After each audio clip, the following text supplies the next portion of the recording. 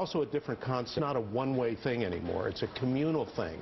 A person I know said that the way the New York Times and probably the Washington Post would say, when they printed a story, that was the end of the conversation. Right. When we print a story at the Huffington Post, it's the beginning of the conversation, and that's where Bezos, who's service-oriented and who knows how to reach out to people as customers, is going to take the Huffington Post, is going to take the Washington Post. Tina? Right. Well, I think, you're right, obviously, about that, Howard. Although, of course, the Huffington Post was built initially on free content by journalists who weren't being paid, which of course is one of the issues that, yes, but they weren't for the first few years. So I think one of the issues that everybody always deals with when they're owning content like this is that journalism is expensive, and there is waste in journalism inevitably, because you never know where the news is going to take you. If a war blows up somewhere and you have to send people to cover it, it's not necessarily something you budgeted for that year. That's why news has always been expensive, be it broadcast or be it print. We're going through a transition. Right now, the Huffington Post in Washington we have one of the biggest bureaus in Washington now. Right.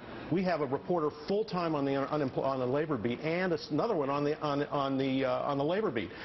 Almost nobody else in town has a labor reporter. We at the Huffington Post do. So it's a transition we're going through. Question, just putting the Huffington Post aside for a second. Tina, what do you think the biggest challenge is going to be for the Washington Post as it makes the transition into the future with new ownership? Well, I think it's fantastic that Jeff Bezos has bought it. I think that actually it's, in a way, you could argue that it's the Graham family's final sort of act of commitment to the paper, to actually say, to put the shareholders and the public ahead of their own personal feeling for the paper, to say, we're going to give it to a safer home than we can be. We've run out of ideas, which I thought was the most humble thing that he did. And I love what he did. Let me bring in Bob Woodward here. Hey, Bob.